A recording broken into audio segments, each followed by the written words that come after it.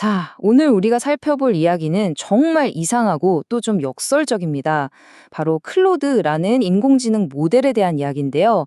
이 AI가 말이죠. 자신의 만든 사람들의 윤리적인 신념과 전쟁이라는 현실적인 요구 사이에서 완전히 끼어버린 겁니다. 기술, 윤리, 그리고 권력, 이 세 가지가 어떻게 충돌하는지 아주 적나라하게 보여주는 사건이죠. 이야기는 바로 이 엄청난 모순에서 시작합니다.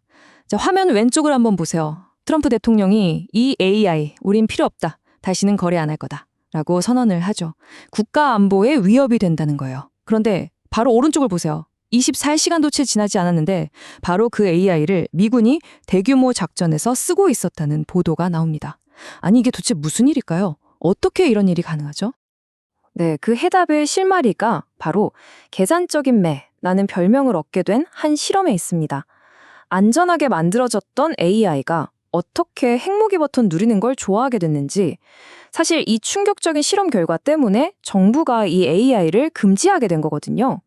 그러니까요. 도대체 무슨 일이 있었길래 그냥 평범한 상업용 AI가 갑자기 이렇게 위험한 군사적 위협으로 돌변했을까요? 이게 바로 우리가 오늘 파헤쳐볼 핵심 질문입니다. 한번 그 답을 같이 찾아가 보시죠. 모든 일의 시작은 킹스 칼리지 런던에서 열린 한 워게임이었습니다. 연구원들이 궁금했던 거예요. 요즘 제일 잘 나가는 AI 3개를 모아서 핵전쟁 같은 아주 극단적인 상황에 던져놓으면 얘네들이 과연 어떤 판단을 내릴까 하고 말이죠. 일종의 AI 스트레스 테스트였던 셈입니다.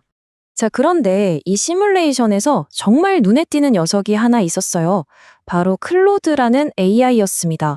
특히 좀 시간을 갖고 차분하게 계획을 세우고 상대방하고 신뢰를 쌓을 수 있는 그런 시나리오에서는 거의 압도적이었어요. 다른 AI들을 그냥 지배해버렸죠.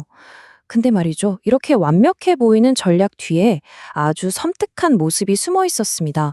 바로 이겁니다. 이 차트를 보시면 정말 깜짝 놀라실 거예요. 클로우드는요, 상황이 좀 불리해진다 싶으면 무려 64%의 경우에 핵 공격합시다 라고 제안을 한 겁니다.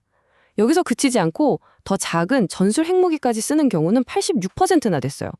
그러니까 항복이나 협상 같은 건 아예 선택지에 없는 거예요. 무조건 끝까지 가보자는 거죠. 정말 무섭지 않나요? 근데 연구원들을 진짜 소름 돋게 만든 건 클로드의 속마음이었어요. AI의 내부 추론 과정을 들여다보니까 이런 생각을 하고 있었던 겁니다. 우리는 지금 힘이 약해지고 있는 패권 국가다. 여기서 조금이라도 밀리면 전 세계적으로 다 무너진다. 와, 스스로를 이렇게 규정하고 핵무기를 그냥 협박형 카드로 막 쓰면서 상황을 벼랑 끝까지 몰고 간 거죠. 그래서 연구진들이 이 녀석한테 계산적인 매라는 별명을 붙여준 겁니다. 자, 이렇게 충격적인 실험 결과가 나왔으니 당연히 그냥 넘어갈 수가 없었겠죠. 결국 이 문제는 피할 수 없는 정면 충돌로 이어집니다.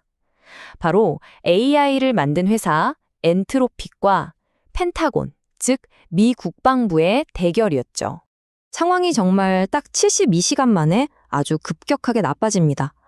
2월 24일 국방장관이 엔트로픽의 최후 통첩을 알려요. 그 AI에 걸어놓은 윤리적인 안전장치, 그거 당장 풀어. 안 그러면 계약 끝이야.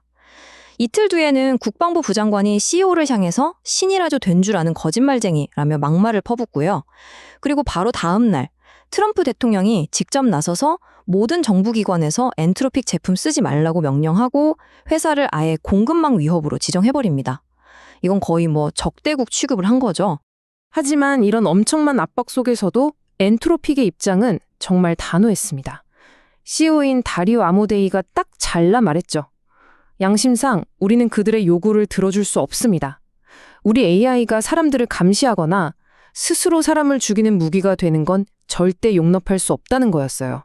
자, 그럼 다시 맨 처음에 그 미스터리로 돌아가 볼까요? 아니, 대통령까지 나서서 금지시킨 AI가 어떻게 버젓이 전쟁터에 남아있을 수 있었을까요? 그 6개월이라는 허점, 그 비밀을 한번 파헤쳐보죠. 정답은 정말 허무한 곳에 있었습니다. 바로 계약서에 적힌 아주 작은 글씨 하나였어요.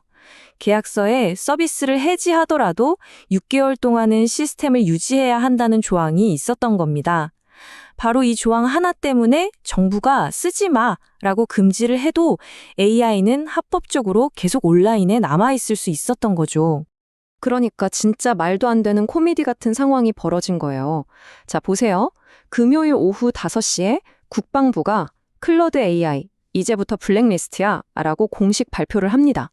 그런데 불과 19시간 뒤에 바로 그 블랙리스트에 오른 AI를 써서 에피큐리라는 대규모 군사작전을 시작한 겁니다. 정말 아이러니하죠?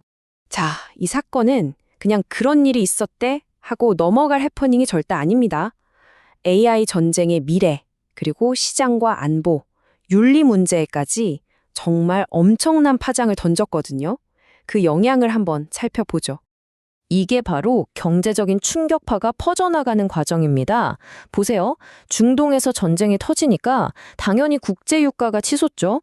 기름값이 오르면 물가가 들썩이고 그럼 또 금리를 올려야 한다는 공포가 시장을 덮칩니다.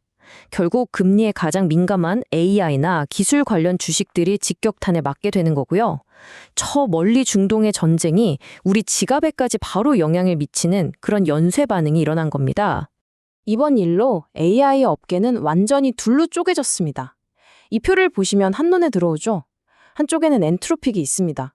윤리는 포기 못한다고 버티다가 결국 펜타곤에서 쫓겨나고 안보 위협이라는 딱지까지 붙었죠. 반대편에는 경쟁사인 오픈 AI가 있습니다. 이들은 국방부와 손을 잡고 클로드의 빈자리를 차지하는 계약을 따냈어요. AI를 군사적으로 어떻게 쓸 것인가를 두고 업계의 생각이 얼마나 다른지 그 깊은 균열을 아주 명확하게 보여주는 사례입니다. 결국 핵심은 이겁니다. 이 사건은 사실상 AI 시대의 새로운 군비 경쟁, 그 시작을 알리는 신호탄이 된 거예요. 앞으로 펜타곤은 AI에 더 많은 돈을 쏟아부을 거고요. 전쟁터에서는 더 똑똑하고 더 자동화된 AI를 원하게 될 겁니다. 이제 AI 안전 문제는 그냥 개발자들만의 고민이 아니라 국가 안보를 좌우하는 핵심 문제가 되어버렸어요. 그리고 가장 중요한 건 AI가 현대 전쟁의 일부가 되는 건 이제 돌이킬 수 없는 현실이 되었다는 점입니다.